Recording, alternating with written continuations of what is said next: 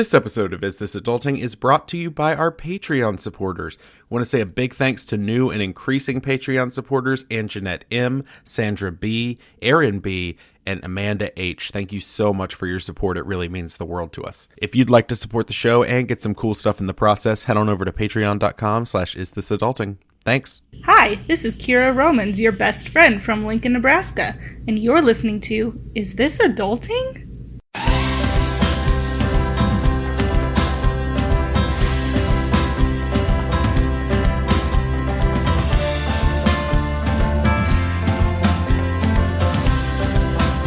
Hey everybody, welcome to Is This Adulting, the mental health comedy podcast you never knew you needed. I'm your best friend, Stephen Pappas. Yep, it's definitely me, Stephen, and not the second boy, Christopher Grimmett. Nope, I was joking. It's me. So everybody, Stephen, I about said Stephen's not with us, and that sounded different than intended. Stephen is currently not recording with us. We have had an interesting 24 hours. We have a wonderful guest, which I'm about to introduce. We were excited. We were recording last night. Everything was good. And then technology decided to attack us with vengeance, I think would be the best way of describing what happened.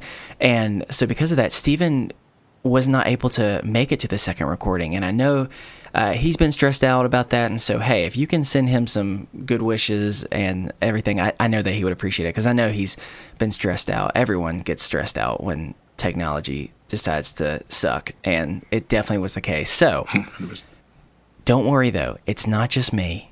I mean, I guess I would almost feel like it's like an episode of Frasier or something if it was just me. But luckily you don't have to worry. We have a wonderful guest. We're super excited about him because this is another best friend who's been a best friend with us since almost the beginning. And he is a podcaster. He's a community and social justice advocate. You know him from all types of podcasts. Let's see here. What About Your Friends? Boys Love Beyonce. Boys do, in fact, love Beyonce. Let me tell you.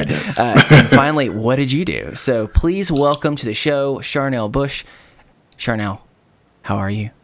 I am blessed and highly favored. No, I'm just really happy. Oh, there we go. To be here. Like you said, this is our second attempt at this, and I'm still just as excited to sit down and chit chat and really get real with you. So good. Well, really, in some ways, it only makes sense that we wouldn't be able to record the first time, because the fact is we have been trying to do this for so long.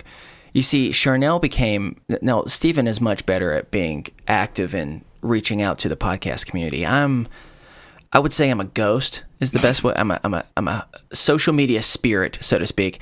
And Charneil was one of my first podcasting friends. I met him when we went to DC Podfest. It was so much fun.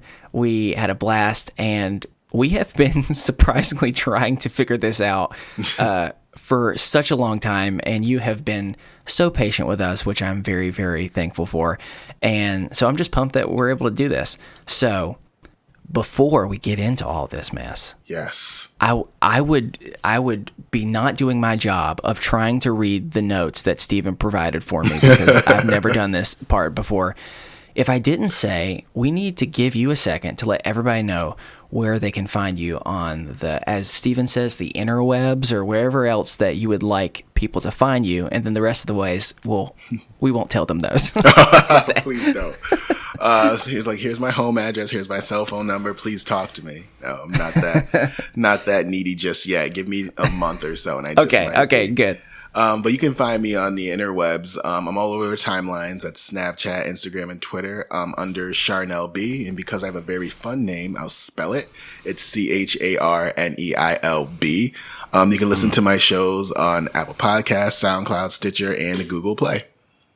That's awesome. It sounds like you've said that a few times before. I have. I think you're better at doing some of this stuff than I am. But hey, there he is. Please reach out to Charneil through all of his different awesome podcasts and stuff. He's doing amazing things, and we're super excited that we're finally doing a show together. Same. So this would usually be where housekeeping occurs. The problem, though, is I'm not that, how would I say, that prepared and I guess that's the best way you would say that. So unfortunately, I don't know if we have any housekeeping stuff. And so let's just imagine that I want everyone to close their eyes who's listening. And I want you to think of the most amazing announcement that you could ever imagine. And I want you just to close your eyes, think about that. And that's what our housekeeping is this week. That's our announcement. Please, as in the words of Charneil, be blessed and be favored just by that wonderful announcement that you just put in your own head. All right, we are going to get started. And again, it's so weird for me to start this because usually Steven would do like this big intro and say, we're going to start off the way we do every other week, and that's our mental health check-in. And then he's like, Chris, how you been? I don't feel like having a conversation back and forth with myself, though, so I'm just going to get started. And I'm going to share what's been going on with me this week. You know, when I think about this week, for the most part, I would say that it's been pretty good. It's been pretty solid. I've got some exciting things coming up this week, as well as, so I'm going on my first ever, I guess you would say, like, work trip, if that makes sense. Like going out of state, going like multiple, like actually, whoa, oh my gosh, I'm going up near you, Charneil. I'm going to Boston. I'm an idiot. You're going over? Are you flying? Yes. Oh, okay. Yeah, or I guess not over. What would you say? That up? Maybe you're going up, and you're going over me. To get to Boston, you got to go over Connecticut. So I would. Yeah. I'm kind of sad about your that neck now. of the woods. I'm a moron and didn't even think to talk to you about that yesterday. But yes, I'm going on a trip. That's exciting. Yeah. But at the same time, it's like a work trip, so it's going to be good. But it's a trip with people that. It's always nervous. You can always be nervous when you spend time with people that are your friends in work, outside of work, because there's just that nervous energy of just like, is everything going to be the same? Is it going to be awkward when we're not only talking about work stuff? So I'm doing that, and I'm a little anxious, and I'm fine with flying, but flying, it's never just like super, super easy, because, you always see scary stuff and that kind of freaks you out a little bit. And so, I'm doing that. The other big thing that I'll say that has been interesting is, luckily I was able to keep my cool in the midst of yesterday's complete technology breakdown, which is good. I mean, sometimes there are times, and I know that you do 3 podcasts, I only do 1. Like, when things don't go to plan, there's so much scheduling that goes on with recording. And I mean, you have a certain time to be able to prep for it, a certain time to make sure you've scheduled the right person, then to record it. And then you have to figure out time to edit it in the midst of every other day life. And me and Steven, like, I'm very grateful that we both are able to take different parts of that so that none of us get too overwhelmed, and even still we get overwhelmed. So when it's someone like you, just nothing but respect to be able to do all that you're doing. But in the midst of all that, because it's been a little bit of a hectic week because I'm about to leave, I did something that I've not done for the first time in a decade. Are you ready for this? I'm ready for it. Hit me. You may or may not notice, because 1, it's over Skype that we're talking, and 2, I have headphones on, and I already have short hair. But I went to a barber today. And so I have cut my own hair ever since I made my hair like really, really short. So for over a decade, I have been cutting my own hair. Partially because I'm cheap, partially because it's when you're buzzing your hair, like, there's only so much you can do to mess it up, depending. Right. Now, don't get me wrong, there have been times where I've still messed it up. But because of just how things were going to work out, I wasn't going to be able to work cut my hair anytime during the evenings. I couldn't during the day, obviously, because I'm working, and I'm going to be out of town starting this week. And so I was like, crap, I don't know what I'm going to do. And I don't care that much about looking like super fresh or anything, but my hair was starting to become more of a chia pet and less of a hairstyle.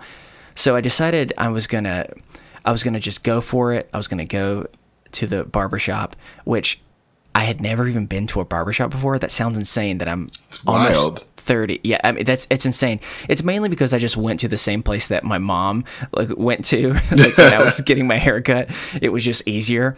And so I'd never been to like a barbershop before, which is still credible to me that I was able to get this far in life without doing it. But yeah, so I go. I felt completely uncomfortable the entire time because I'm waiting, and I realized like I forgot there's going to ask you what you want, and I don't know what I want. I just want to be like, make it look better than this. I don't know what that means though, and please make me don't look too much like Justin Bieber. Those were like the two things that I just asked for, because I definitely am not the type that could pull off the really, really like sweet lines, you know what I'm talking about, on the side. I know what you mean. You never know though. Have you tried it? You should like just etch one day. Maybe so. Maybe I need to experiment. But so I went there. And it was fine. It was totally fine, for the most part. It was kind of weird though, because it wasn't like, truthfully, like a great haircut, and so that was kind of awkward because I just spent a lot of money, and that's the first time I spent money on a haircut in like a decade. And I go back and I like show my wife, and one, she's gonna be supportive no matter what. She says, "Oh, it's cute. It's different. It's different." Like, I mean, because it really did look different. And then I found myself like, with my wife's help, realizing I am such a creature of habit. And like, so I have new glasses. I've had new glasses for about 6 months now, or not even quite 6 months. I had the same glasses before that for also 10 years. So I am literally the most old man you can possibly imagine. I am so bad at breaking habits. And I guess just because you get comfortable in something and just it's intimidating to do something different. True. So I finally changed glasses. Like, you know what? Let's do it. Let's go for a different haircut. And it was fine, but it was almost like too much of a transition for me, and I felt super uncomfortable. And everyone has had that time where you have a bad haircut and you're walking around and you're assuming everyone is noticing it. You know, it's no different than you have that big zit on your head, and it's like no one is looking at anything other than this zit currently. So I definitely found myself being really anxious a lot of today, and I talked with my wife about it for a while, and I'm sitting there being frustrated because I'm like, my hair is too short for me to be having what is the equivalent of a philosophical like debate over. Yet I was finding myself being insecure because, hey, we're all middle school kids at the end of the day, and we just want to be liked and we just want to be called cute. This is true. So because of that, I ended up tweaking a little bit. It's you can't really tell from looking at me right now, but it is still a little different when you look at it without headphones. And I realized, you know, this is a good baby step for me, but I'm still going to be finding myself for the next like week every time I'm out just wondering, are they looking at my new haircut? And not so much are they noticing how cool it looks, more of are they noticing how well I can't pull this off, how insecure I'm feeling, like those type of stuff. So I'm a little nervous, considering I probably shouldn't have decided to go for a different type of hairstyle right when I'm about to go on a business trip, which is already anxious enough, and being around, it's going to be a conference, so there's going to be thousands of people, which already sucks as is. I'm going to be like finding myself like in a corner just trying to find relief at moments, but it'll be interesting. So yeah, overall I am good, and I want to say I recognize how petty it can feel. And I mean, I think it's hard for me to even talk about what I'm anxious right now is about a haircut. Not because it's not valid, but because, you know, you definitely, I mean, we have amazing people in the best friends group that every single day share things going on. And you know people who are going through actually legitimate, like really, really heavy stuff. And so you're trying to find that balance of you feel guilty because it's like this compared to that is nothing. Right. But still trying to honor your own struggle and recognize like, okay, give yourself compassion, give yourself some grace, and then also don't keep forgetting about the other people who are struggling. Like it can be a yes and, it doesn't have to be one or the other. So trying to figure that out, but so right now I'm just it's only appropriate with school starting back for so many right now that I would also get a back to school due, so to speak, and I'm feeling super awkward about it. So just when I thought high school was gone forever, it's back. It's back, baby. So, Charneil, you do not have to give as long of an answer as I just gave, but how are you doing? Well, that's loaded. No, that was loaded. Well, overall, no. Let me just say, first off, that it is totally okay to feel a ways about getting a haircut at a new barber. I've been going to the same barber for 7 years, and before that, I was going to the same one for 12. Wow. So I've got that short, curly, really thick, like black guy hair that, and I'm not a barber myself, so I can't just buzz it. I've got to get it lined up. I've got to be fresh. Yeah. I get it. I understand. So I've never not gone to a barber to fix my hair, but when I haven't, I remember my hairline was like at the back of my neck. Someone like ruined me forever. It was the worst thing. Believe me, I cried real tears. I missed school for like 2 days. I was like, no one needs to see me like this. So I totally get not being happy with a haircut when and then you don't want to say anything because it's what they do. Like this is your job. You're supposed to be good at this.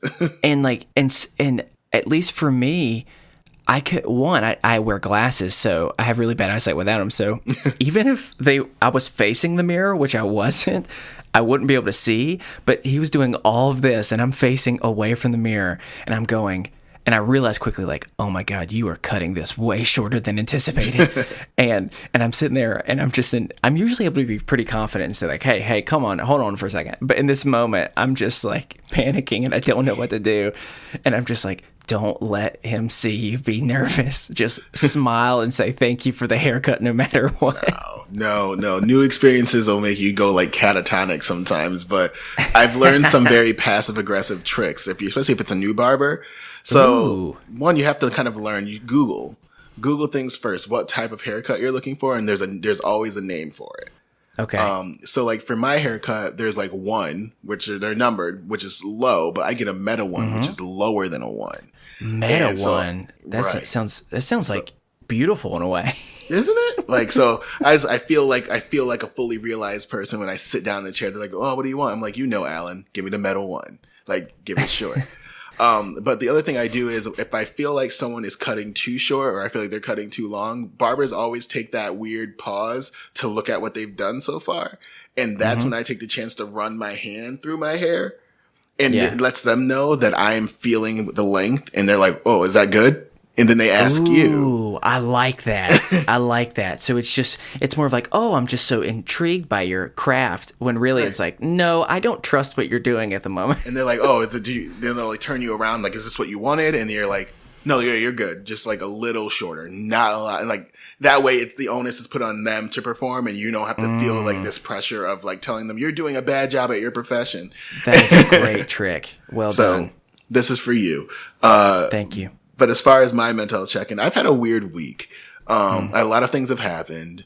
I'm really glad that I get to come on the show and talk about these things. So I'll give 3 very quick things that are happening to me and affecting how I kind of navigate the world here. So first things first, on my podcast, I call it my flagship show because it was the first one on What About Your Friends. I'm very open, very like forthcoming with information.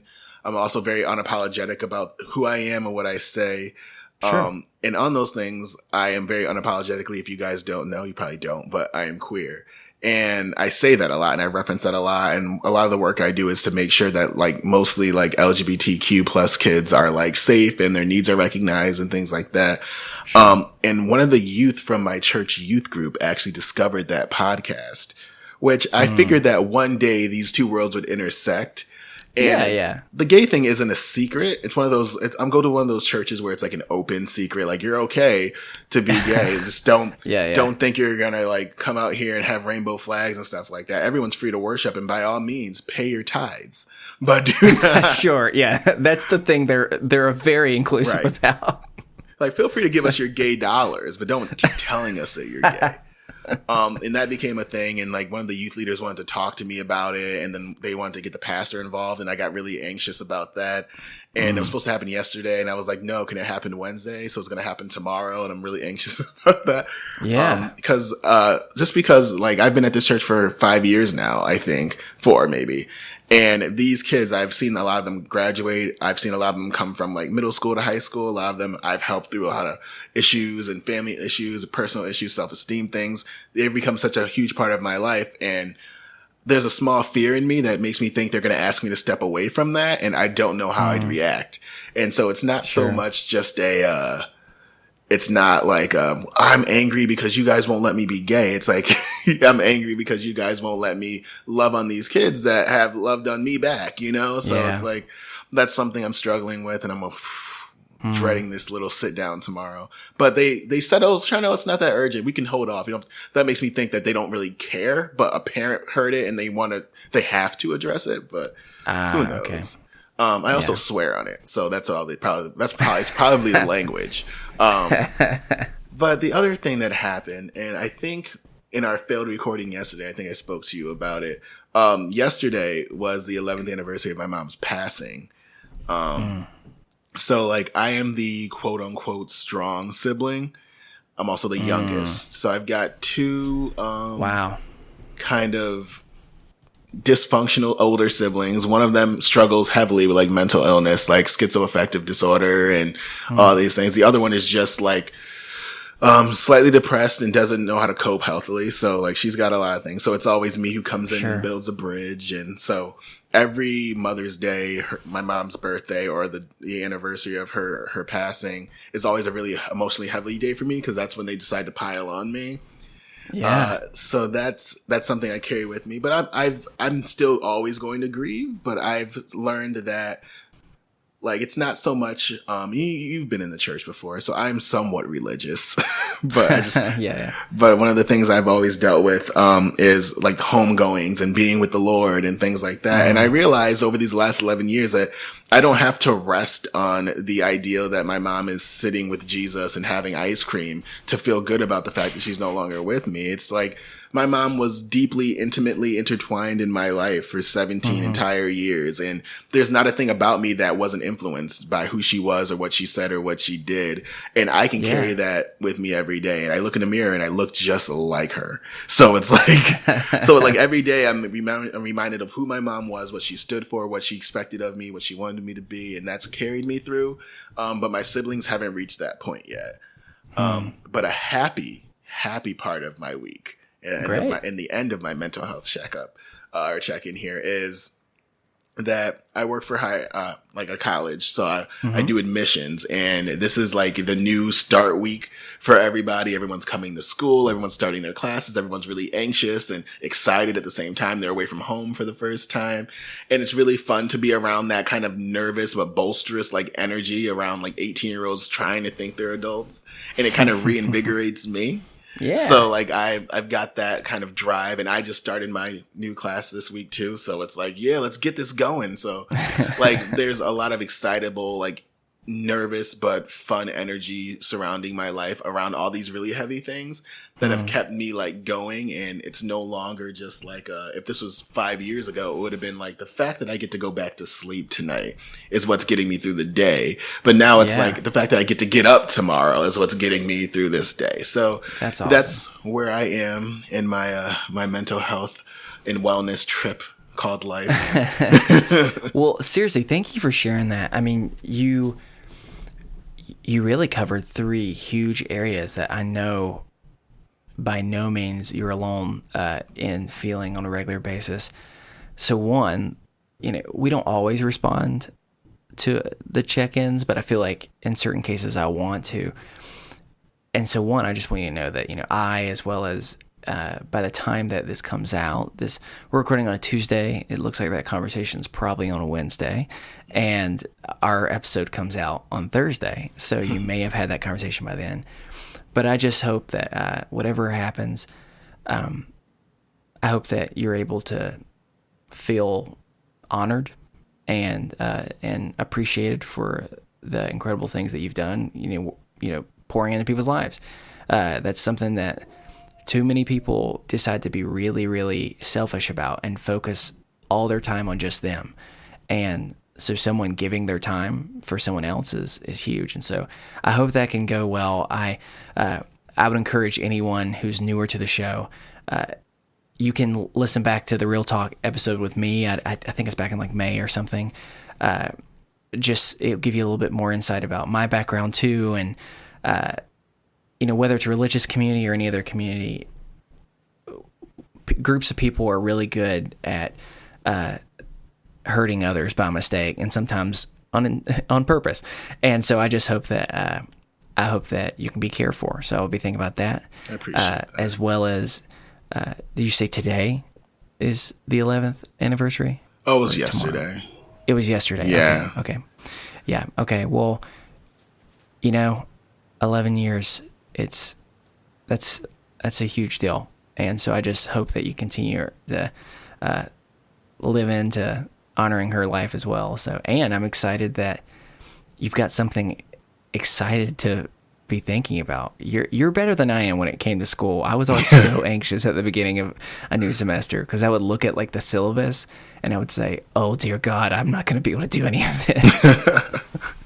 So well done. It's always 1 week at a time. That's how I look at everything. So like the syllabus overall is always overwhelming. Like I got to write a what page paper by like, and then you're thinking like, you know what? If I do a little bit at a time, come March, where are we? August. So come like October when this thing is due, like I know I'll be in a good place. I'll have been well read enough and I've researched enough. And I've always been everyone's always their biggest critic, but I forgot that I'm actually a decent student. Like I know that if you listen to like, what did you do? Like I do a lot of research for that.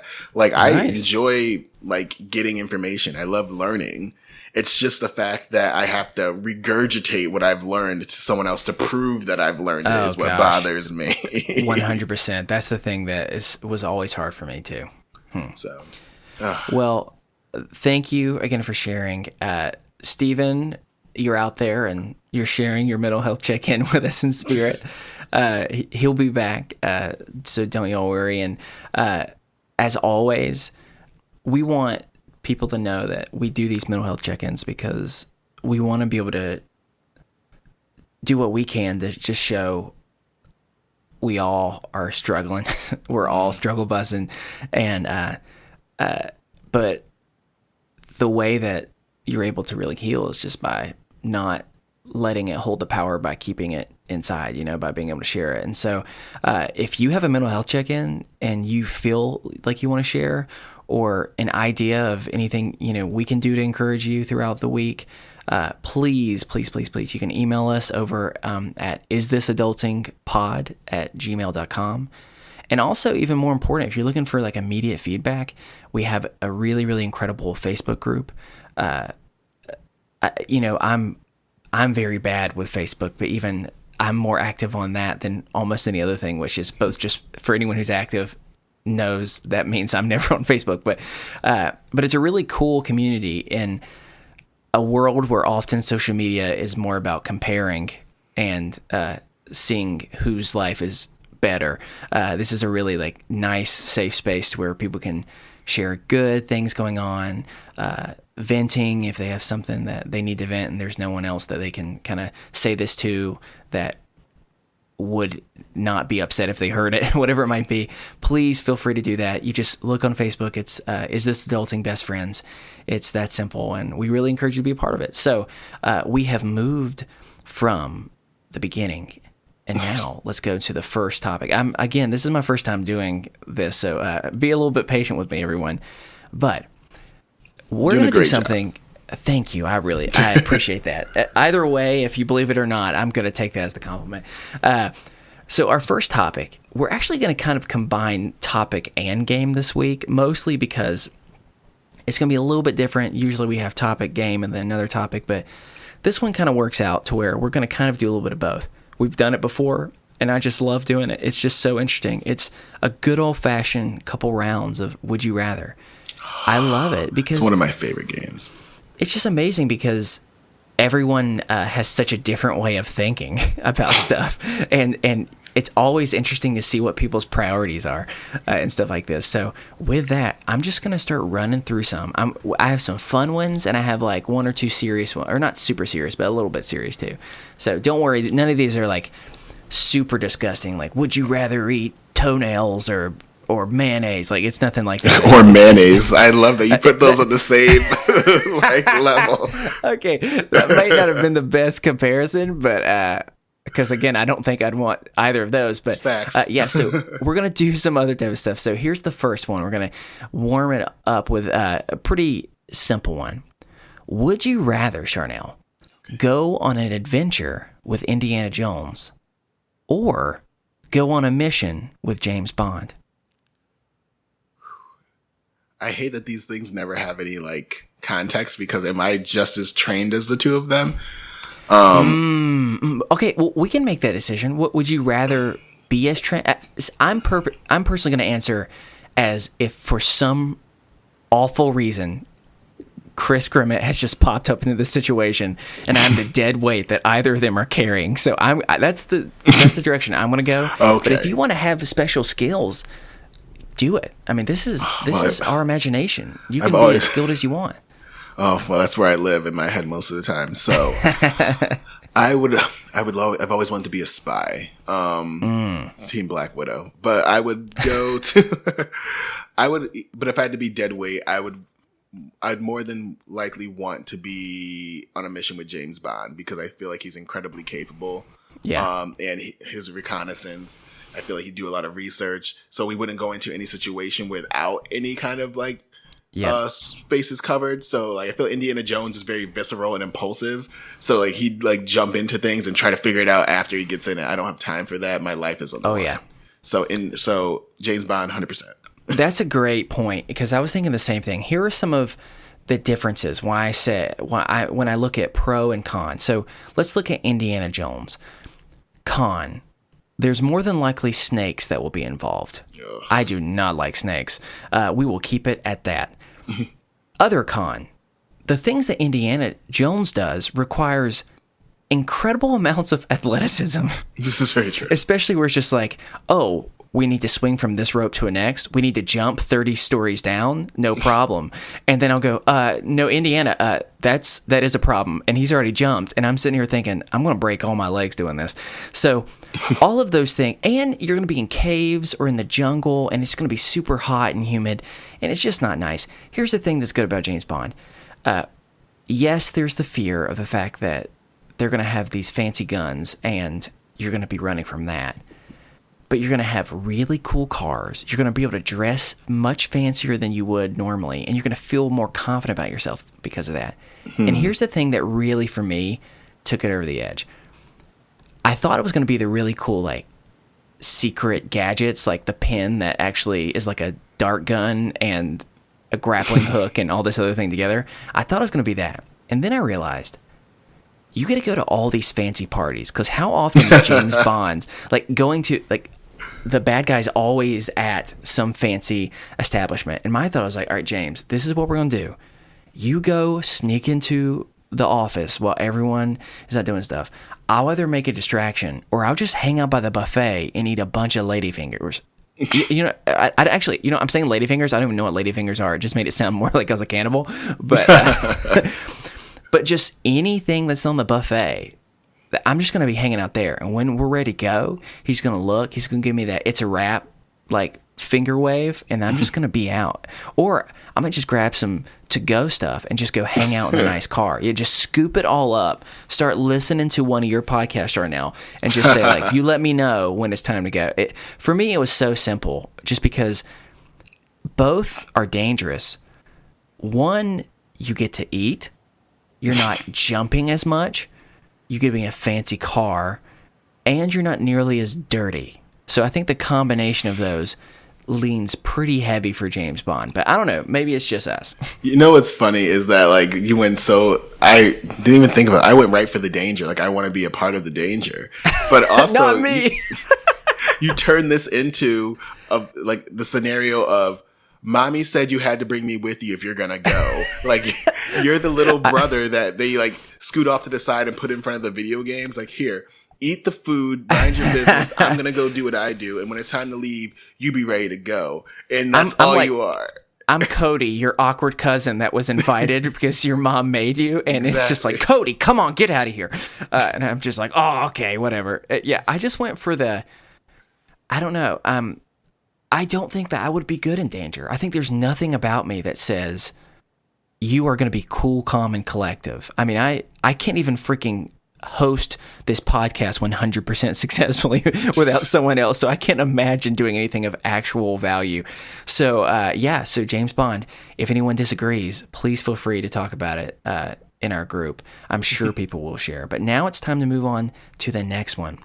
And this one is interesting. I've been thinking about this one a little bit since I found it yesterday. And that is, would you rather have someone narrate everything you do for the rest of your life, or have a soundtrack playing songs depending on your mood and situation for the rest of your life? Do I get to pick the soundtrack? That's a good question. That's a good question. Okay, this is what I can say. I would say if you're able to pick the soundtrack, then I would also say you get to pick the person that narrates. Okay, dope. You know what I'm saying? Like, if we're gonna do one, we need to make it like fair and square. So yeah. I give it so many. I was like, asked for so many caveats. I'm like, well, dude, if it's this, that's what this game is. It's all about just like the loopholes. Because let me tell you about how dramatic my ass is. Because this is since I was a child, since I made mixtapes and we made little like songs I recorded off the radio. I have curated a playlist of my life and moods since I've been like 12. No lie. You've been training for this moment. Oh my gosh. And I never knew why God put this in my heart, but now I do. It's because I was on this very day, I was going to sit on Is This Adulting and have to answer this question. Okay, and perfect. I used to think that I was making this playlist in the off chance that one of the books that I've weirdly tried to write, don't ask, I'm not going into details. Okay. Was like made into a movie, and then I have to have like soundtrack put to it, and like these are the songs. But yeah, I would rather have a soundtrack playing, because when I'm going to work, there's a soundtrack. When I'm walking into the office, I imagine a soundtrack. Shit. When I came into my house today, I was singing that Body Move song from DNCE because I was in a good mood. And so, like, I want that all day. If I could hear it, you couldn't stop me. I'd be so confident. I'd be the next president of the United States. Like, I'd win Grammys. I'd win Oscars. Like, I would you'd be speaking, so like you'd be speaking at the Oscars, and they would be like, "Has the sending off music already started?" Like, no, it's just like, is that him? Everyone would be so inspired. Just Beyonce blaring over the, like, where is this coming from? Okay, no, that's great. What about you? I went back and forth on this, but I agree that soundtrack makes significantly more sense for a couple reasons. Again, I get weirdly literal and practical with this, and it came down really more to the amount of confusion and creepiness that it would feel to always have someone narrating. Like, my thought, I'm a pretty private person, specifically when it comes to things like, you know what, when it's time for the shower, I'm going to have my Chris time. I'm not going to keep like the door unlocked. Like, so many families, like my friends are like, yeah, the door's always unlocked, stuff like that. And I'm like, are you kidding me? Like, that is the sacred place that you vault up. No one's in there while you're naked. Like, I live alone and I lock my door. I know, exactly. That's what I'm saying. Like, I mean, that's just who I am. And so my thought is, I'm going to be straight up like using some Head and Shoulders on my dandruff, going to be doing that. And all of a sudden you're going to hear just out of nowhere, he slowly rinses and repeats onto the skin. And like, that makes me make my skin crawl. No joke. Like, thinking about that. Or like, just a wide variety of times. Imagine the most awkward conversation ever. Like, imagine like, okay, like I want to go back to my high school days where like my heart got broken, like getting broken up, right? And so it's just like, Chris, I just don't think it's going to work out. Chris is awkwardly sitting there trying not to cry in front of his one true love. She doesn't know what to do. She slowly stands up and walks away. I think it'd be so horrible. At least with music, it can provide inspiration instead of. Now, sure, depending on what it is. If Cotton Eye Joe is playing, then I'm gonna tear on my eardrums. But at the same time, like, if it relates to what you're doing, I think a lot of times it would inspire you. Or it's amazing how often I feel like music can be healing and kind of like affect your mood in every possible way. Like, if you need a serious moment and you're having like some type of intense like music playing in the background, it's great. It's no matter what the case is. And so for me, it just makes way more sense, unless it was just like that old time like ragtime music all the time, or I don't know, or just some really, really twangy country. You know, like now, don't get me wrong, I'm from the South, and so I do have a special place in my heart for some country, but I don't necessarily want dueling banjos playing for every second of every day. So I think we're on the same page. So far, we are one person. So far, I feel like the next one's going to separate us. I feel like this is going to be the line in the sand. I feel it in my... Oh, do you feel it? Okay, I feel it. We're going back to some nostalgia, all right? So would you rather... these are both kind of powers, kind of not, so you'll kind of understand. Would you rather, just like from Avatar: The Last Airbender, like bending, be able to be real, like, or would you rather Pokemon be real? I like being empowered myself. As much as I like the idea of Pokemon and what they represent, they are essentially pets that we ask to mutilate and brutalize each other, but we still have to Ain't that feed. the truth? And I feel like I get attached, and eventually Pokemon have to die, but they never die in the game. But it's just one of those things. I have a cat, and my cat has a lot of work for a single man like me. I have to feed her. She costs money. Pokemon centers are free, but that would just be for the game. You know, who knows? Are they free because our insurance that we pay for every month? Like, they don't tell you these things. Oh, that's it. The Pokemon insurance is so high. The premiums are out of control. Your car insurance probably skyrockets, your renter's insurance, your homeowner's insurance. Like, you have a Blastoise. Well, then, hold on. It's like, it's not a Chikorita. It's not a Squirtle, bro. You got a dragon in your house. So I'd probably want bending to be real because secretly I've always wanted to be Storm from X-Men. Yeah. So I would love to be an airbender. I would love to be able to lift myself and fly and like move things and like knock toupees off people's heads. Things like that. So yeah. Bending. Well, give me all of it. Guess what? You were right. This is the first time that we're splitting. And you know, your point is very, very well taken, because that was the one thing that made me uncomfortable about Pokemon. But here's my like caveat. Like here's my thoughts of how I would love if Pokemon were real. Okay, 1. So often you can't take your pets to work, but if you have a Pokemon, you just put them in the Pokeball. They're hanging out. They're relaxing. You could take it out every once in a while when no one's looking. You can be able to hang out. That sounds creepy. Okay, out of context, it went somewhere. Like out of context, I understand. More what I was saying is like when your boss is in a meeting or something, you can just take out your fun. Like again, it sounded creepy. I don't. I almost said Jigglypuff, which would have just made it even worse. Sign off. Yeah, but yeah, just the ability to. So 1, that's awesome. 2. How amazing would it be if Pokemon were around? So everyone has had that moment where you're walking like home by yourself late somewhere, or you're like a little bit anxious, you're a little bit nervous. If you have a freaking Pokemon by your side, that is you're going to feel much more safe. You could have a best friend that gets followed around all the time. What I would do though, is I would pretty much just say, I would want to create a huge Pokemon rescue where you get to hang out and be best friends with animals, and we're not going to do the equivalent of dog fighting with them. You know, we're gonna keep it all lovey-dovey, hanging out with our best friends.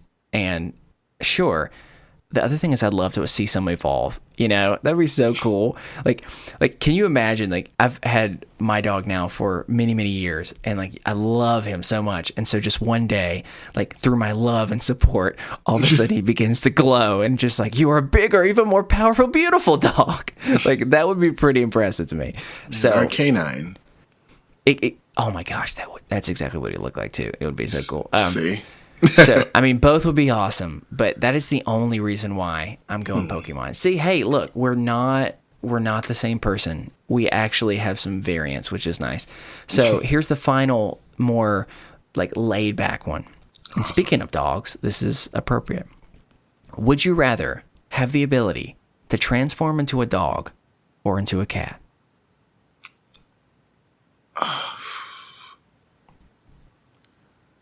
There's this like misconception, or maybe a conception, that cats are more intelligent than dogs. Simply because cats are have like more terse personalities. That's such a weird thing because this is unpopular opinion. I'm not a huge animal guy. Like, I don't like animals. I like my animal. Like, that's where I'm that person. I get that. So if I can transform into my cat, who has a great life and can just hang around and can be uber athletic just naturally. Yeah. Have brutal like weapons just naturally attached to my body. Yeah, like think about the idea of having claws and having people be kind of anxious around you simply because they've petted you too long. Think about that. Like they know like, oh, you know, I don't want Charneil to get too used to this. And then it's just like, that's enough. Swipe. You know, that sounds good to me because I could get away with it. Like, oh, he's just a cat. If I did that as a human being. Setting personal boundaries. Right.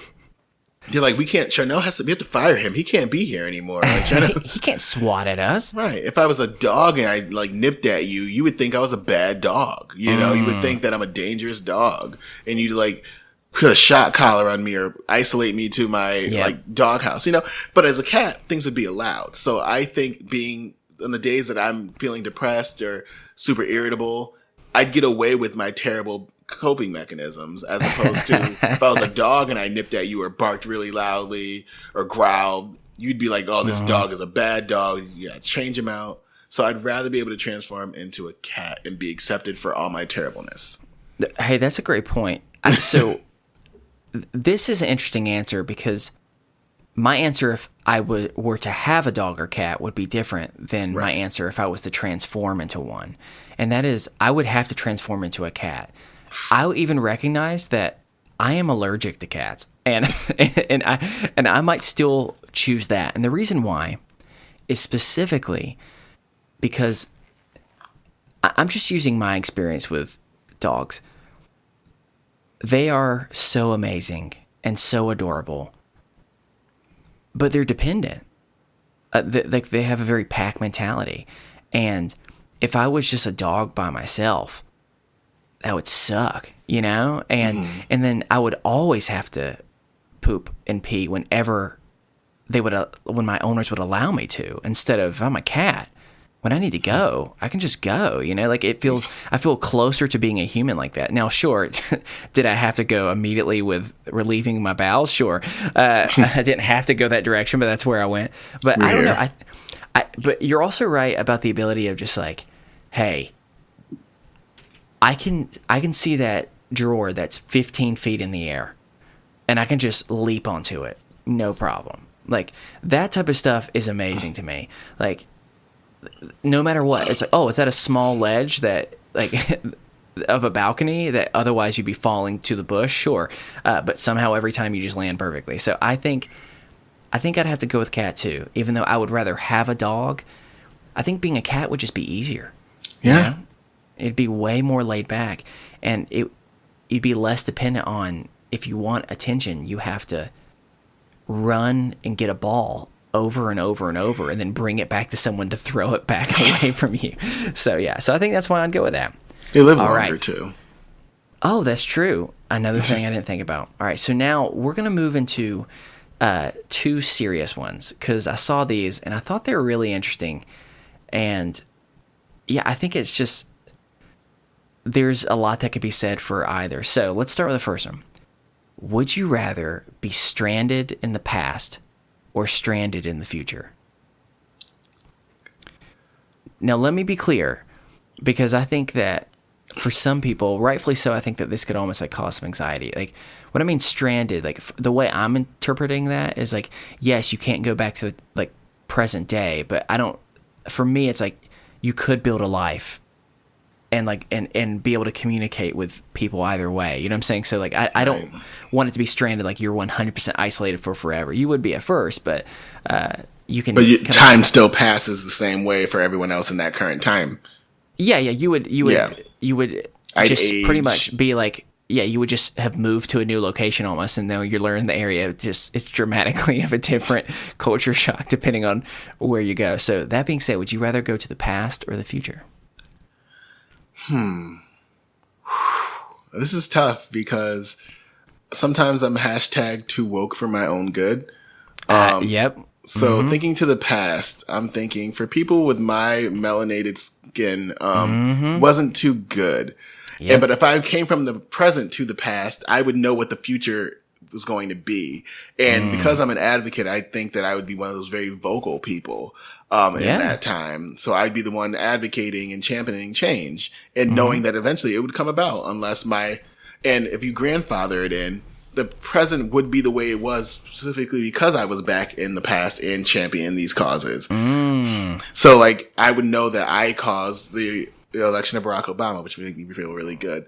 That's a cool thing to think. Yeah, to be super like narcissistic. But I think that I would rather get stranded in the future because there'd be some kind of assimilation, some kind of adjustment period. But it's easier to look back and read and research and to become less anxious and less like overwhelmed by what has happened and know where you are than to deal with the stressors of having to wait for good things to come or terrible things to come. You know, so like I feel like I'd rather be able to see. Good thing I dodged that bullet. The Great Tsunami of 2024. Who knew New York City was going to get wiped out? Like I'd rather be in 2048 as 28-year-old Charneil. And be able to go back and see like, oh, you know, I can build a new life and be whoever I wanted to be and all those things. And probably be really freaking rich and famous because everyone's like, yo, he came from the past. There's no record of him. He disappeared in 2018. That's so crazy. So like the future. No, I think that's great. I mean, one of the reasons why I wanted to pick this one was because when I saw it, I recognized that there's like, this is a very loaded would you rather for so many different reasons. And, you know, the one thing it's interesting is that, and I'm glad you brought that up because like the honest truth is I would have the luxury of being able to move back or forth with much more ease, just because of who I am. And so, you know, I've thought a lot about that too, because, I think we both share the same spirits of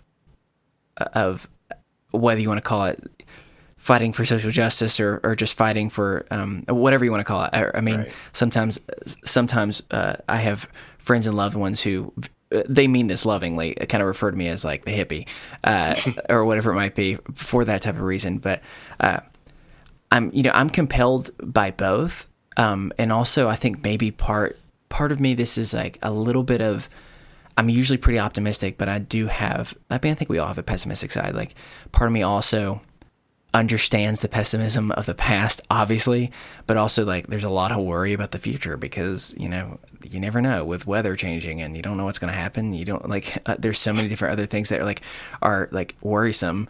The last thing I want to do is say, I'm going to pick the future. And then it's going to be like a Book of Eli situation where it's just going to be, you know what I'm saying? It's just going to be like absolutely nothing but just pretty much like a wasteland. So between the two, you know, I would probably pick future as well. But I do think that it's hilarious that both of us had the same like draw to like go. And I said that's so Southern just then, but just like, this compelling feeling to go to the past for that same type of reason of saying like, are there things that could progress the future or the present even more if more people were helping be able to provide that support and that encouragement? Yeah, who knows? So it's just a cool thing to think about, and it's also, like I said, it's loaded because the fact is, for so many different reasons, people can pick to the future or the past. They can say because they want to go back and be with someone they deeply love, or to be able to say like, I want to be able to be like meet someone that is going to be a part of my, not legacy, what I'm trying to say, like a descendant of me, you know, like, I mean, like there's so many different things they can kind of do with that, but it was just a cool thing. And, you know, I like these parts of Would You Rather too, not just like the other ones, even though the Pokemon still one is pretty funny. So, all right, here's the last one. All right. Would you rather have a 1 hour conversation with yourself from 5 years ago or in 5 years? God. I want to pick both so bad. I do too, because, I mean, don't get me wrong. If optimistic Charneil and confident Charneil says, man, in 5 years, Charnel's going to be a badass. Like, I would love to sit down and pick his brain and like, what did you do to get here? And how do I make it happen quicker? But if I look 5 years ago, there's that compassionate caregiver in me as well, who wants to go back to like 23-year-old Charneil and like console him and let him know like, hey, things are going to suck a little bit in the next couple of years, but you're going to come out all right, you know, and like, let me help you. Like, these are the ways I helped. This is the way I healed. Like, so I think that because I'm very future thinking recently, because like we talked about being back in school and like planning for the future, like I really want to meet badass Charneil in 5 years. I want to meet like, you know, PhD Charneil or something. Like, I don't know what that looks like, but I want to meet Dr. Charneil or like, you know, podcast extraordinaire Charneil or talk show host Charneil. Ooh. You never know. Like, / Beyonce's best friend Charneil. You never access. Like, 5 years, Charneil could have incredible access to these famous and influential people. You just got to put in the atmosphere. That's how it's going to get there. I've been throwing it up like rice in the atmosphere in the last 6 months. But I think, Charneil 5 years from now, 100%. And just to see how happy or content they are. And I'd be really heartbroken to find out that 5 years from now, Charneil is super content. Because one of the things that keeps me moving is that I'm never satisfied with where I am. So like, I want to meet him and make sure I crack that whip. Like, don't you dare stop. No, that's great. That's great. I really would love to do both. If I'm thinking specifically in the terms of like 5 years, one way or the other, when I reflect back, again, I am by no means attempting to plug my own story, but for anyone who's listened to it, they'll know that the last 5 years have been very interesting. I have met some of the closest people that I did not know 5 years ago, like some of the closest people in my life. I have gone through transformation and change for the better in ways that I'm just incredibly grateful for all the wisdom and voices that called me out on my crap and, you know, made me grow to be at least a somewhat better person, at least than who I was 5 years ago.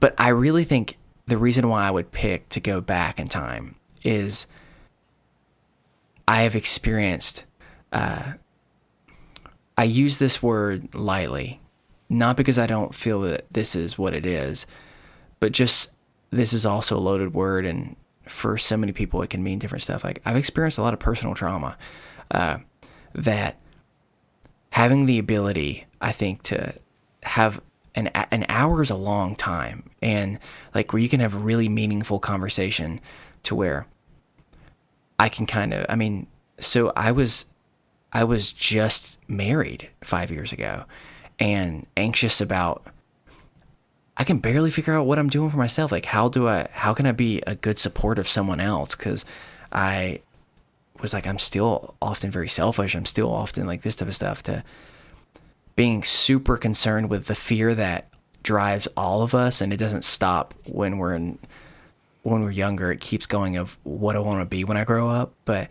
being able to provide a little bit of comfort of saying, it's okay that you still don't know that answer in 5 years, you know, because it's a ever evolving thing.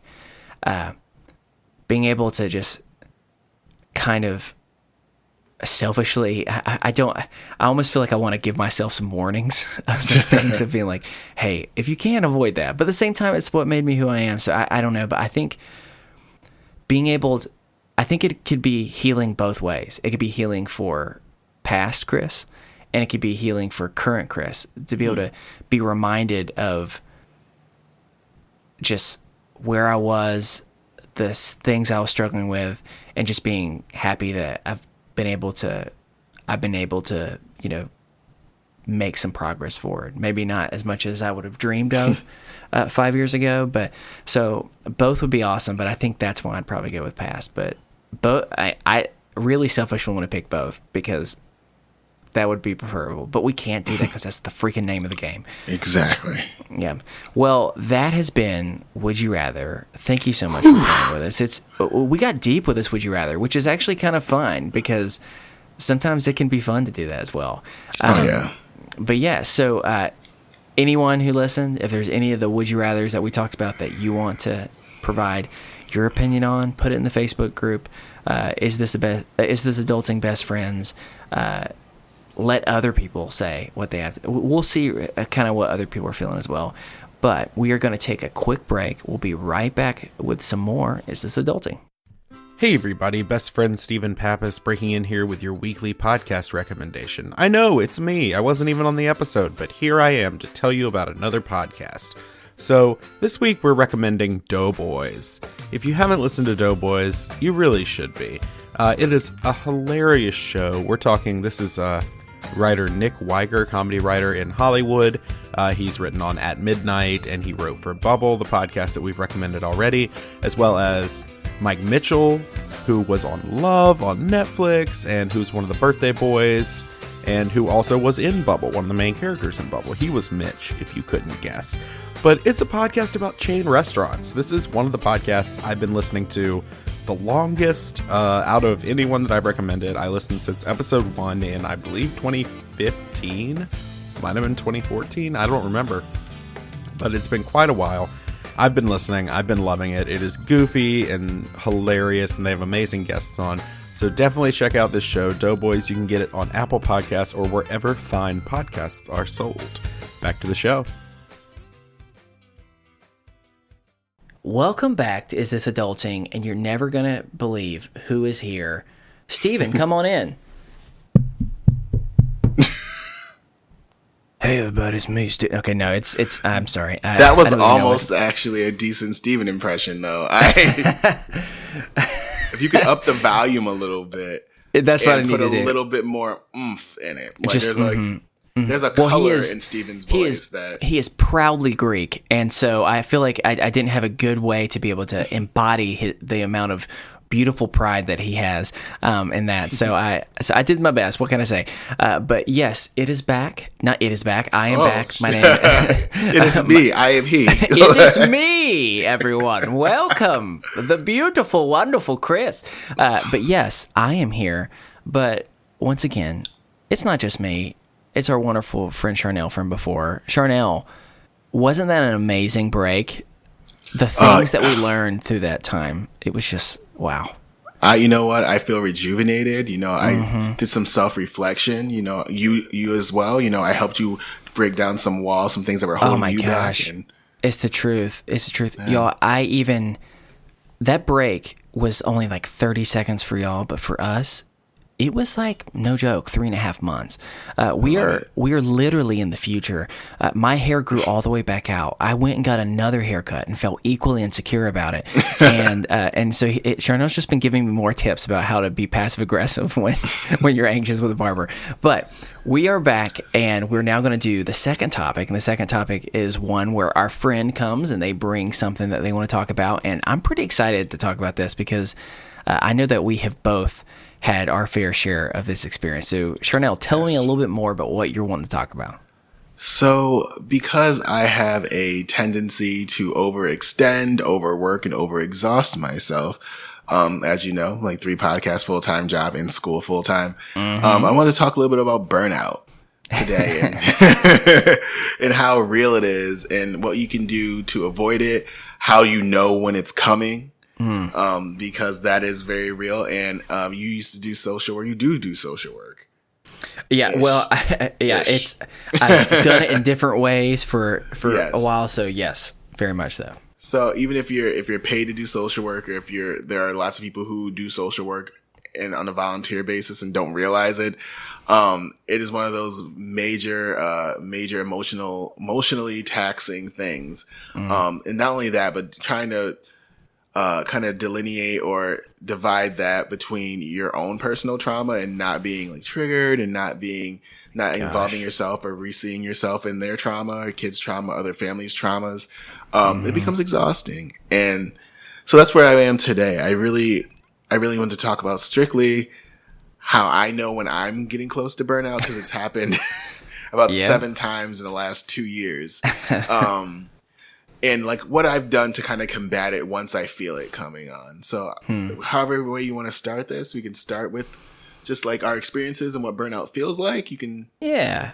Well, I'm, people who've listened to the show have heard small glimpses of this from me. So let's start. I want to hear more about your story because, I mean, you're doing so many things. I am not at all shocked to hear that you have experienced burnout. So I want to hear more of how it's happened, how you saw it coming, and what you've done to try and help provide a little bit of peace for yourself. All right, dope. So how it usually happens, what burnout usually looks like for me, and it's kind of a textbook definition, is that it's like a lack of care that comes. So I stopped putting forth the 106% effort I always put forth, and it's 50%. And so it'll show through in like podcasting in the way that I stop editing as much. I stop listening back to it as much. I stop researching as much. I stop scheduling properly. Like, I'm like, sure, we could do it after I've worked for 12 hours and I haven't slept in 2 days. Why not? Who cares about themselves? Not me. So it usually looks like that in my personal life. It looks like isolation. It looks a lot like, sometimes it's binge eating. Sometimes it ends up being like, lights off in my apartment and I don't move for a couple of days. But sometimes that's self-care, is like locking yourself away. So there's a fine line between the two. But as far as relationships go, sometimes I get super irritable. Those friends that try you a lot, not when I mean try is like those friends who are a little bit more needy, a little more high maintenance. The ones that you can usually tolerate now become intolerable. Those family members are now intolerable. You don't want to spend time with them. You don't have time to hear their problems. You're very short. You're mean. I snap a lot because I've sassed for forever. But the way I usually see it coming, is an overwhelming feeling of like, I don't know what the proper word is. Kind of a feeling of inadequacy. It kind of is what it feels like. Sure. Is I'm Superman 9 months out of the year, but then there are 3 months where I feel like I can't possibly do all this. I'm not good enough for these things. And it's those little voices of like malcontent, and discouragement that let me know like I'm overworking myself. The fact that it's usually people sleep a lot. It's when I can't sleep. Yeah. Is when I feel like my mind is racing a mile a minute and I get less and less sleep. And it's also when I forget to do important things. But I'm remembering to do them or have other people do it for themselves. So if I forget to eat, but I'm reminding, make sure you eat, make sure you stay hydrated. If I forget to take whatever medications I have to take, but I'm reminding everybody else to make sure they're making good choices, or if I'm impulsive and do things like spend more money than I need to, or, go see somebody late at night that I shouldn't be seeing, whatever, ex-boyfriends, like making poor choices. Like, that's how I know, like, I am not caring for myself in the way that I need to, and this is going to end in a crash. And so the way that I combat those things is, one, I recognize that I'm experiencing these things. And I'm a mapper. I draw a lot of maps, and some people do like life maps and things like that and vision boards. Yeah. So the minute I realize that I'm not taking care of myself the way I should, I go right to a piece of paper and I start writing down the things that are going to help the things or alleviate these symptoms, put that in quotes. Yeah. So if I realize that I am tired all the time and I'm not sleeping anymore, I need to start prioritizing rest periods. I need to take a break off. Like, if I'm going to podcast or record a podcast, I say, hey, you know what? It can't happen on Saturday. It has to happen Monday. I need a break. If it ends up being something along the lines of I'm getting super irritable and can't tolerate my siblings, I remind myself of like what I need from them as well as what they need from me, and what is expected from a loving, connected relationship. and who I've been and who I've created myself to be. Because a lot of times we get caught up with dealing with people and we don't realize that we've built ourselves into their lives to be what they expect us to be. Like, I used to complain that my sister only calls me when she needs me.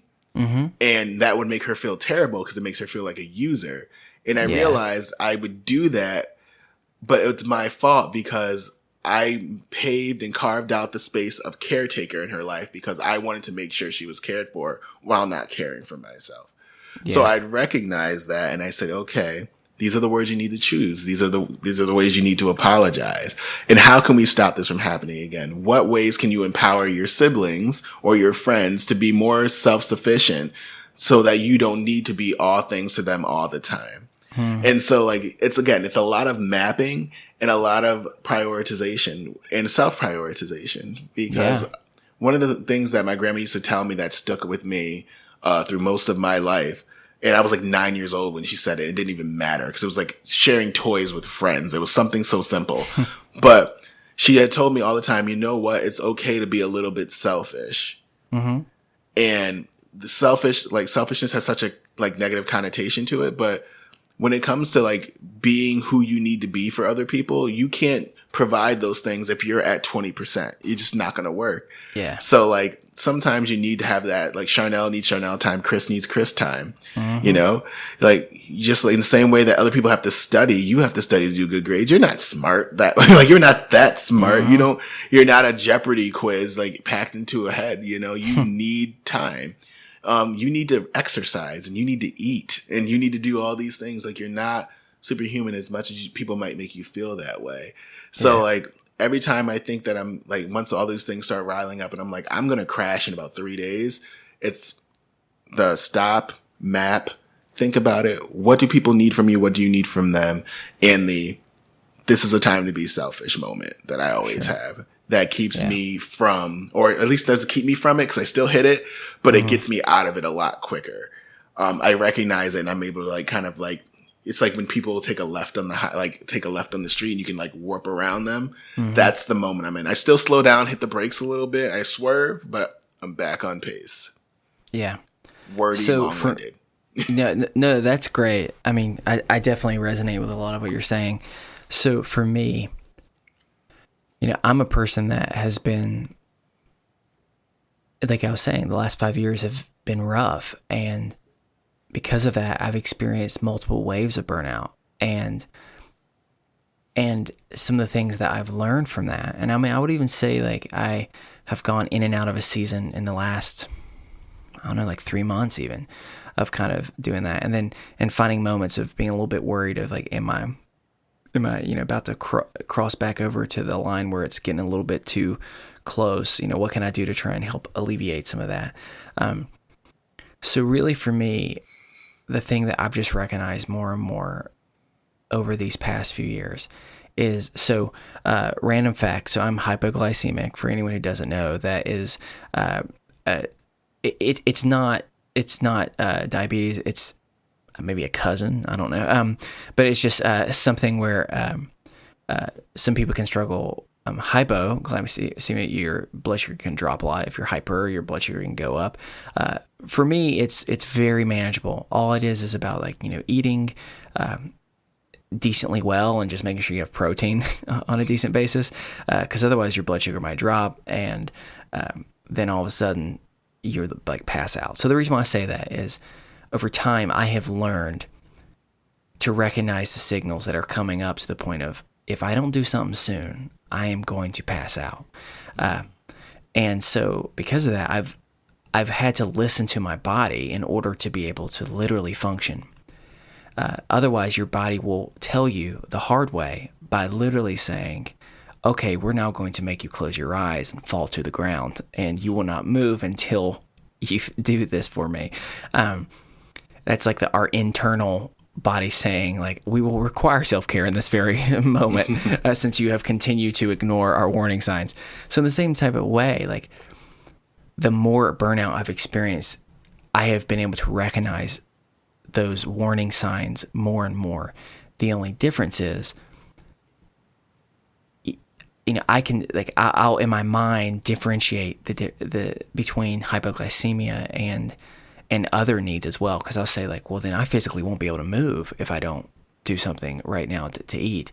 But burnout can often take a lot longer to build up, and you can keep saying like, well, other people have it harder than I do, or maybe I'll be okay, and so you'll keep ignoring the signs, and then what happens is you have something like what happened to me. I think it was like, gosh, I'm trying to remember what year it was. It was, I think 2015. Yeah, 2015, where all of a sudden, I could not swallow food. Like, I legitimately could not swallow. I was freaking out. I had to go to the hospital. I was taking some tests, and then I thought it was an extreme panic attack, but I thought I was having a heart attack, because all of a sudden my whole left body, or like a stroke, my whole body like went numb, and I collapsed, and I could not pick myself up. And it was one of those moments of just being like, I don't like the fact that I ignored my body for so long that it finally said, well, screw this. If you're not going to do something, I'm going to do something. And I think so many people experience burnout for a lot of different reasons. For some people, especially in helping professions, whether it's your job or whether you're just deep down a helper, a caregiver, whatever that might be, there's hundreds of ways that people give of themselves so much to where it leaves them with so little. Whether it's that, whether it's something more of you're a workaholic because either you're trying to provide for someone, or you're trying to provide for that internal, like, sixth grader inside of you of saying, you have to prove you're good enough. You have to prove you're good enough. Whatever it might be, like, burnout can come in so many different type of ways. And the thing that I was really surprised with was burnout doesn't have at least for me, I'm not, I can't speak for others, but there's not, you can't put it on a calendar, so to speak, and expect it's going to act the same way every time. There are times where, I might be in a better place where I can go for a really long time, months, years, and I'm good. And then all of a sudden, I can have I don't want to use this phrase in some ways, but I think you'll understand. I can't think of a better phrase to communicate what I'm trying to say. So anyone who struggles with this, I want to acknowledge and apologize up front, but where you can, I'm going to use the phrase relapse in a sense of to where all of a sudden you can think you're doing better. You had extended time off. You took a vacation. You think everything's good.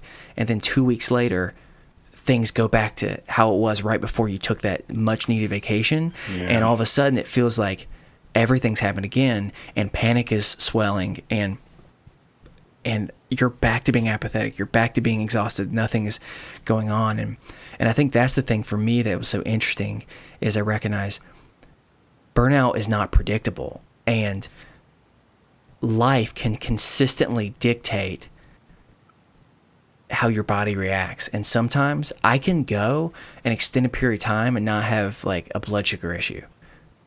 And other days I can have had the same amount of food, if not more, to protect myself, and I'm still having blood sugar issues. Like I think like understanding that has been really helpful for me, of realizing on a daily basis I have to make sure that I don't pass out because of not eating.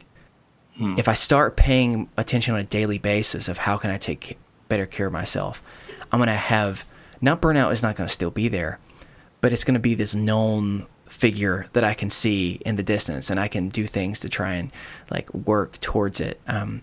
Because otherwise, like it's going to happen. I don't think either of us have children. And for me, I can't even imagine trying to take care of myself while also caring for children. And then many people also have parents, or they have siblings, or like you were sharing a second ago, to where so often life requires you to give of yourself so much. And there's the old saying of like, you can't what am I trying to say? Something to the effect of like you can't feed someone else if you're not fed yourself, or you know what I'm trying to get, or you can't help someone if you're sick yourself, like that type of idea. And like that, it's totally true, but like it goes beyond that of just saying,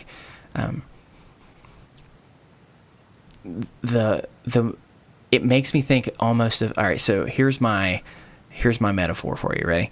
All right, hit me. I am really bad with both my laptop and my phone of not charging it the way that it's supposed to be charged, but just charging when it's convenient. And so what happens is over time, many people I'm sure have experienced this, the battery life doesn't last as long because I've taken advantage of it. And what used to be a battery could last for, I don't know, depending on if it's a laptop or a phone, but hours if not days, now I might not be able to get through an entire afternoon without it dying. And it's because I've messed up my phone, or I messed up because I didn't take care of it consistently the way I was going to. And so over time, if you only take care of it 50% instead of 100%, things are going to start falling apart. No different with a car, no different with anything else. And I think like recognizing that our bodies are literally machines to some, like are amazing machines. If you can't keep it functioning, then you're going to fall. And that might,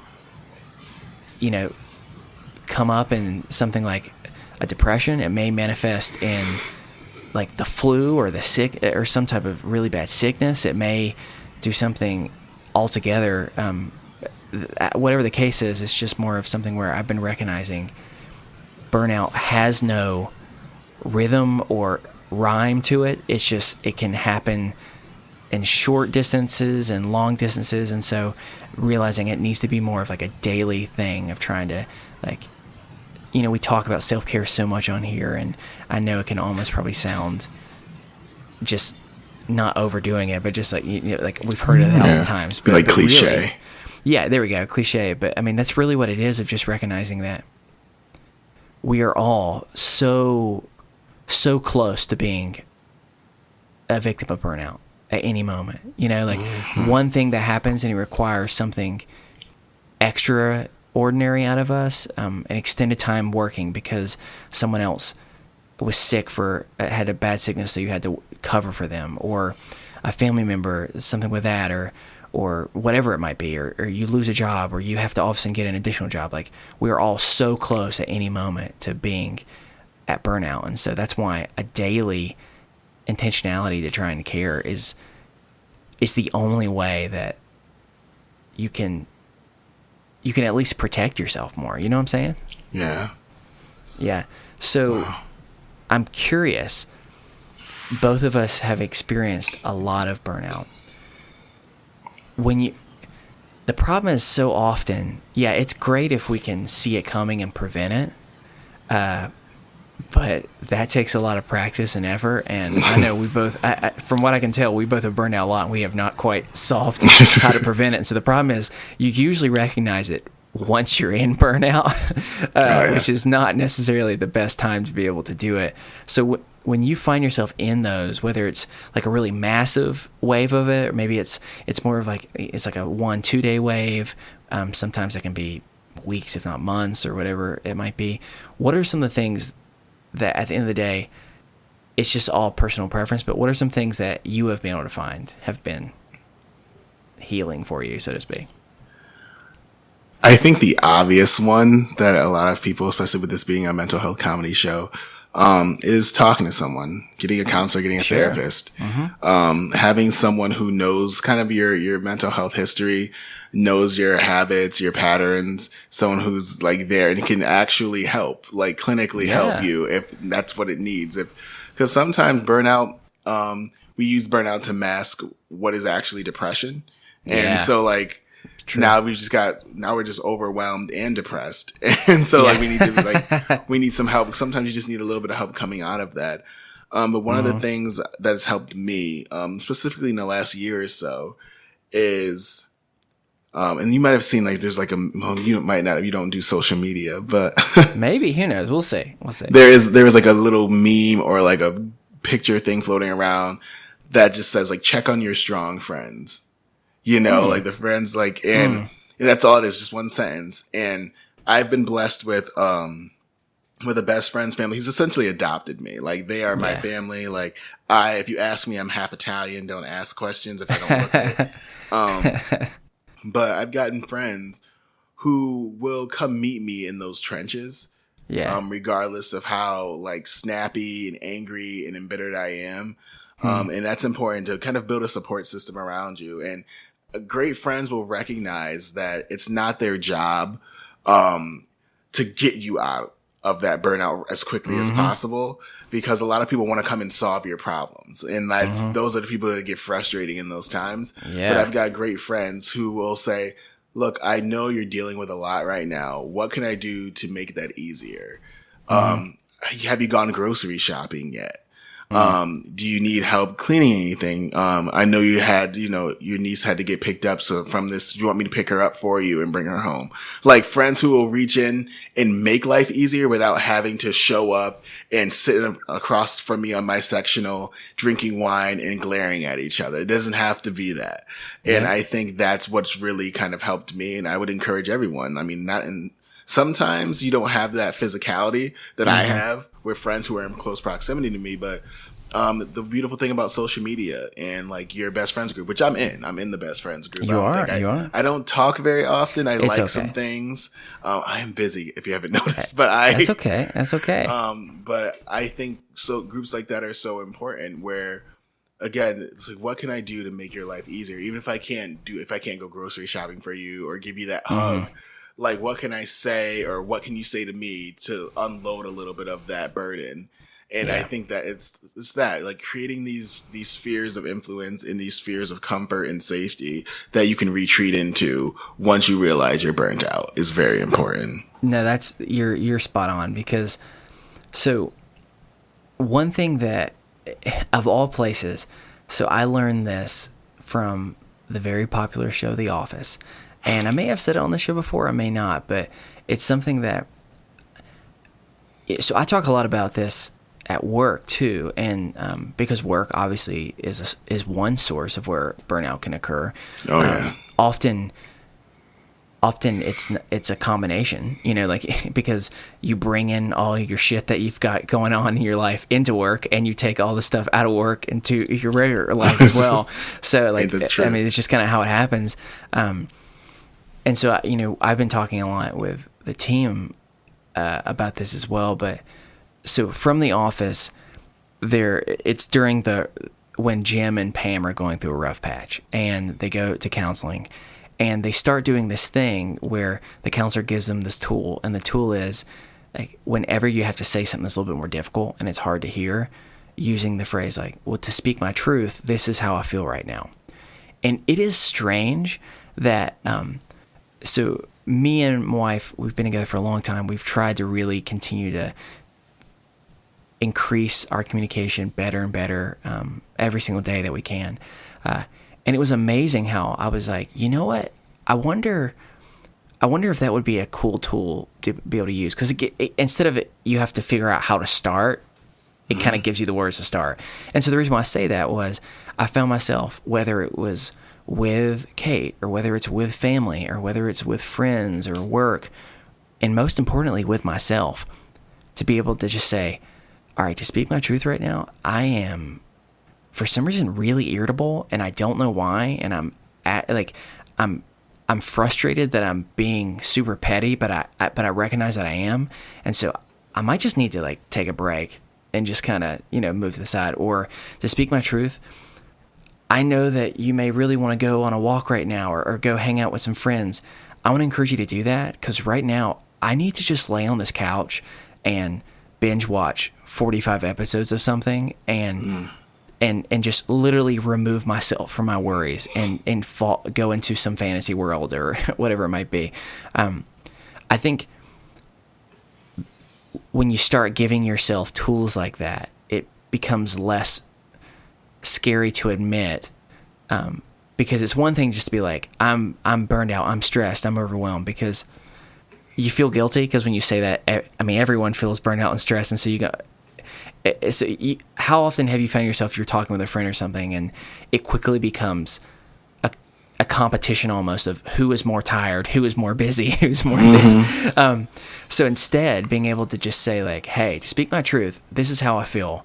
I'm not saying it's right. I'm not saying it's the correct way to feel. It's just right now, this is my middle school kid in me talking, and I'm just at least going to acknowledge it in this moment. And so, like, I think that has been something that I've been able to start doing, of saying, all right, to speak my truth, this is how I feel in this moment. But then there's also times where I can say, I would prefer to do this, but I think that I'm at a place to where I can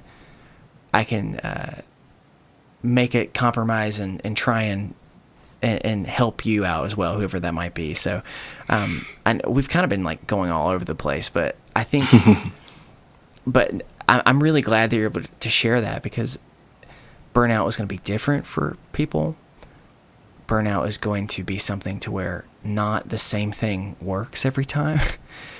One time it may be able to be a long weekend away or a vacation. Sometimes it may be counseling, it might be medication. Sometimes it may be a very large combination of all the above, you know? And I think that just recognizing that burnout is something that everyone does. And unfortunately, we live in a world to where just because we burn out, it still requires us to quote unquote suck it up and deal with it. Right. And so the more we can find communities like you're talking about, the more we can be honest with ourselves and be vulnerable to ability that we can and that we can be safe doing so. I think it will just continue to help us and hopefully help others recognize that everyone's going through it. But yeah. Wow. That was such a great, like, summary. You know, when you wrote papers in school and you had to put all the paragraphs together in one last, like, 5-6 paragraph at the end, that was it. In conclusion, right. Here are the 3 points that we have stated. Well, thank you. But yeah, I mean, that's just, we don't always try and necessarily be prescriptive, but anytime we can just kind of process out loud. I mean, I think for both of us who have been in burnout recently and are trying to avoid ourselves easily falling back into that trap, it's nice just to be able to be reminded that other people feel it too, and right. Other people feel like they suck at preventing it. So thank you so much for sharing all that. Oh, thank you for allowing me to be myself. So this is like, of course, it's all I'd want to do. I'm just very glad that you were able to finally be here and be yourself, because like I said, we've been very grateful to be able to get to know you some over this past year, and I'm excited that other people get to know you too. Oh. And more importantly, are you ready for this transition? Oh, I'm so proud of this right now. Nervous, actually. More importantly than our listeners finding out more about you just here, they need to be finding out about you on your shows, because that's how they're really going to get to know you. And I need you to tell everyone again, where can people find you? That is an iconic transition. Thank you. So we call it the most segue of a segue. Vroom, vroom. No, so yeah, again, on the timelines, you guys can find me on Instagram. It's Twitter. It's Snapchat, if you guys still use such a thing. It's under Charneil B. It's CharneilB. You can listen to my shows, What About Your Friends, which is more of a society, culturally based show. What Did You Do is my true crime show, and Boys Love Beyonce is my fandom podcast, essentially. It's actually Beyonce. Also a true crime podcast. It's a very strange true crime. We search out everybody on Twitter who bashes Beyonce. Oh, that's the true crime. That really is. We commit the true crime. Oh my gosh, they disappear. That's hilarious. Everybody in like Wichita, Montana, who's disappeared, who's has anything terrible to say about Beyonce. But you guys can find them on Apple Podcasts, SoundCloud, and on Stitcher and Google Play. And some other fun apps. Again, I didn't put them there, but my co-host did, and I let them run that side of things. But those 4 major platforms you can find me on. I encourage you to listen and tell me how you feel about it. If you like it, if you don't like it, I'm always down for some discourse. Good. If people don't like this, I am more than happy to hear that. talk with you about it, but also just be gentle with me because I'm a sensitive boy. I really am. I am the opposite. to speak my truth, I'm a sensitive boy. And that, what a great way to finish that sentence. Yeah, so thank you again for sharing all that stuff. If anyone who's listening, if you have a topic that you would love for us to discuss with just ourselves or with other people, I promise you we've had some people who've sent some, and we have been telling people to send them out, and then we haven't used them. I'm very sorry, but I promise you we've got some coming. We're really excited about them. They've been really cool ideas. So if you have that, if you have a mental health check-in, whether you want to share that with us on the show, whether you want to share that through the Is This Adulting Best Friends group, or whether you just want to send us an email and just have someone read it. We read everything. We don't always respond to everything, but please know that we have read every single bit of it, and we are thinking about you, and just grateful that you felt, honored enough to want to share that with us. But you can send any of that stuff over at isthisadultingpod@gmail.com. You can also follow us over on Twitter. It's at isthisunderscoreadulting. We're on Facebook. We have both a Facebook page and that Facebook group, The Best Friends. And also, if you enjoy what we're doing and what it is just trying to normalize the fact that we're all just a bunch of messed up kids out there, and promote that, as well as being able to goof off and laugh and realize, we're more than just the things we struggle with. We're able to still be functioning human beings that can be fun and enjoyable to be around. Then please spread the word. You can subscribe, give us a rating and review on iTunes. It helps people find just us in different type of ways, and just share anything you can. And we're grateful for that. We would also like to thank one of the most huge supporters of our show, and that is The Collection. It's the group that you hear at the beginning and the end. They're an incredible band. Their theme music, The Borrowers, from their album Ars Moriendi, it's their first album, is amazing. They have, not only do they have another album besides that, but they have just released some of the singles for their album that's coming out soon. So please go check that out. They're going on tour. They're going to be going across the country. Please, they are wonderful. They are supportive of what we do from the beginning. They're just amazing. So please do that. And finally, Charneil, back to you, you special, special boy. Thank you so much for finally coming on. It is honestly foolish how long it's taken, but we are just so glad that you finally were able to not only make it to our show, but technically come on twice, since yesterday it wasn't able to work out. No, I appreciate it. I mean, it just lets me know how much you guys prioritize me and my friendship, and that I've done my own healing from that. I'm joking. But I've been waiting. I'm very patient. I'm also very a gracious friend. So I understand that things we are happen so grateful for, and opportunities come up. And hey, I'm here for a good time.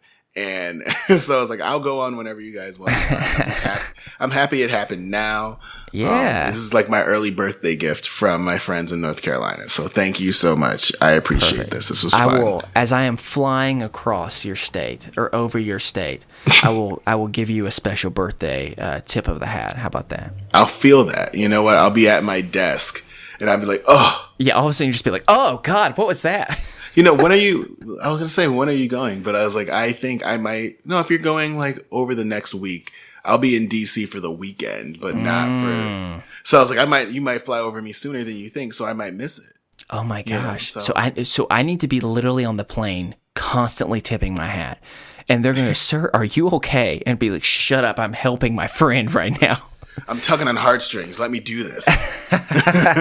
Oh, gosh. Well, it was awesome. You will definitely be coming back, and we will be able to get the whole gang together when technology decides that it's going to be kind to us. But that, for now, is going to do it for this week. My first solo full episode, in the sense of like trying to read all these notes and everything. So hopefully I did a decent job. Phenomenal job. Thank you. I'm glad. I may have had to look at the notes several times to make sure I didn't forget stuff in the process. But that's going to do it all for us this week. I have been your best friend, Chris. And I have been your best friend, Charneil. And oh my gosh, is that who I think that is? Is it Steven? Come over here again. Hey, everybody. My name's Steven. I'm your best friend. That's terrible. That was Sir, Stephen, all right, actually leave. We don't want you right now if that's how you're going to talk to us. But yeah, and remember, kids, be happy, stay healthy, and go hug someone, because you never know. They may have just gotten a new haircut and they're really insecure about it, and they need everyone to just not look. Just pretend nothing has changed, because that will make me feel the best. Tell them they're pretty. Please, I need to hear that multiple times in the next little bit. Actually, don't say it too much, because then I'll think about the haircut more. Just say it once, and then find a barber out there and just tell them for me they're cutting hair too short or too long. How about that? But that is seriously it for now. Until next time, everyone. See you later. Bye. Bye. I don't know.